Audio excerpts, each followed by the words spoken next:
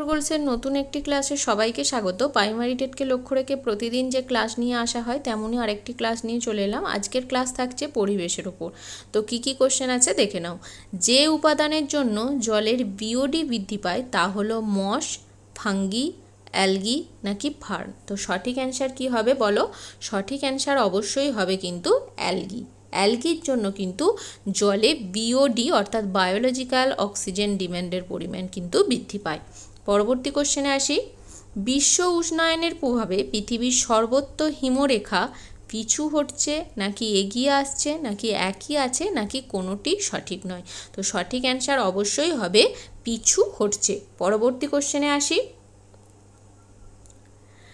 শিমগোত্রীয় উদ্ভিদের মূলে রাইজোবিয়াম নামক ব্যাকটেরিয়ার বসবাস রীতিকে বলা হয় ডিনাইট্রিফিকেশন নাকি সিমোবায়োসিস নাকি নাইট্রিফিকেশন নাকি অ্যামোনিফিকেশন।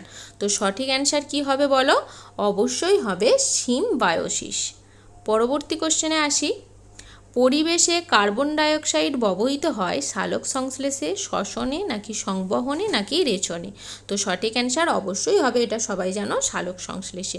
পরবর্তী কোশ্চেনে আসি। মাটির মধ্যে নাইট্রোজেন থাকে NO রূপে নাকি NO2 রূপে নাকি NO3 রূপে নাকি NO2 এবং NO3 রূপে। তো সঠিক অ্যান্সার অবশ্যই হবে NO2 এবং NO3 রূপে।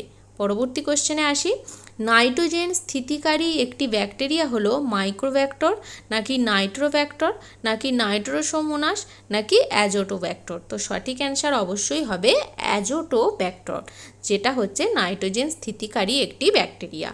পৃথিবীর মাটি ও শিলার সমন্বয়ে গঠিত মূল ভাগকে কি বলে? মেসোস্ফিয়ার, হাইড্রোস্ফিয়ার, অ্যাটমসফিয়ার নাকি লিথোস্ফিয়ার। তো অবশ্যই হবে লিথোস্ফিয়ার। মাটি এবং শিলার সমন্বয়ে গঠিত মূল ভাগকে বলা হয় লিথোস্ফিয়ার। পরবর্তী কোশ্চেনে আসি। পৃথিবীর জল, স্থল ও অন্তরিক্ষে অবস্থিত জীবনসমূহ নিয়ে গঠিত হয়েছে হাইড্রোস্ফিয়ার, অ্যাটমসফিয়ার, বায়োস্ফিয়ার নাকি লিথোস্ফিয়ার। তো সঠিক অ্যান্সার হবে বায়োস্ফিয়ার গঠিত হয়েছে। পরবর্তী কোশ্চেনে আসি। অধিকাংশ ক্ষেত্রে বিয়োজকরা হলো পরজীবী, মৃতজীবী, মিথজীবী নাকি স্বভোজী। তো অবশ্যই হবে মৃতজীবী। স্বভোজী মানে নিশ্চয়ই জানো, যারা নিজের খাদ্য নিজে করে। পরজীবী মানে যারা স্বভোজীর উপর নির্ভর করে। মিথজীবী হচ্ছে একে অপরের সঙ্গে যারা একে অপরের সঙ্গে পারস্পরিক আদান প্রদানের মাধ্যমে সহবাস করে।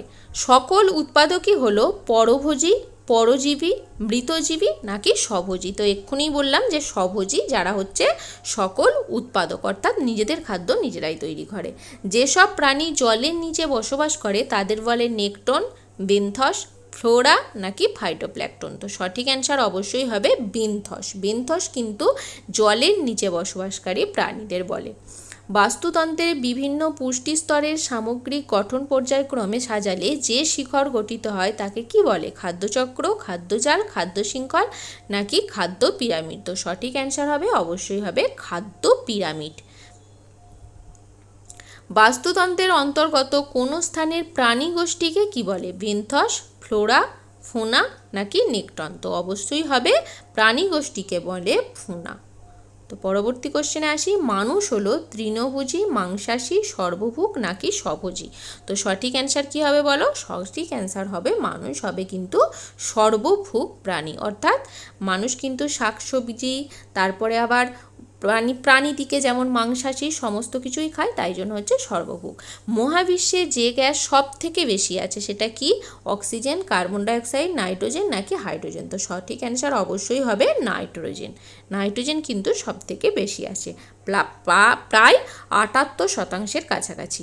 বায়ুমণ্ডলে কোন গ্যাসের পরিমাণ কমে গেলে পৃথিবী ঠান্ডা হয়ে যাবে? নাইট্রোজেন, কার্বন ডাইঅক্সাইড, অক্সিজেন নাকি ওজোন। তো সঠিক অ্যান্সার অবশ্যই হবে কার্বন ডাইঅক্সাইড। কার্বন ডাইঅক্সাইডের পরিমাণ কমে গেলে কিন্তু পৃথিবী ঠান্ডা হয়ে যাবে, আর কার্বন ডাইঅক্সাইডের পরিমাণ বেশি হলে কিন্তু পৃথিবী উত্তপ্ত হয়ে যাবে। পৃথিবীতে মোট জলের মধ্যে শতকরা নোনা জল বা লবণাক্ত জল হলো 3, 97, 50 নাকি 75। তো সঠিক অ্যান্সার অবশ্যই হবে 97% কিন্তু নোনা জল আছে।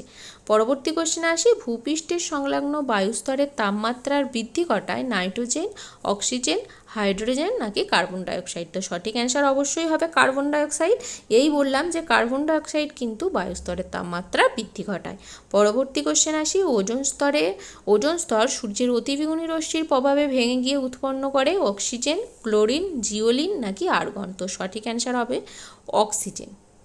পরবর্তী কোশ্চেনে আসি, মাটি হলো মৌলিক পদার্থ, যৌগিক পদার্থ, মিশ্র পদার্থ নাকি তরল পদার্থ? তো সঠিক অ্যান্সার অবশ্যই হবে মাটি হচ্ছে একটা মাটি হচ্ছে একটা মিশ্র পদার্থ।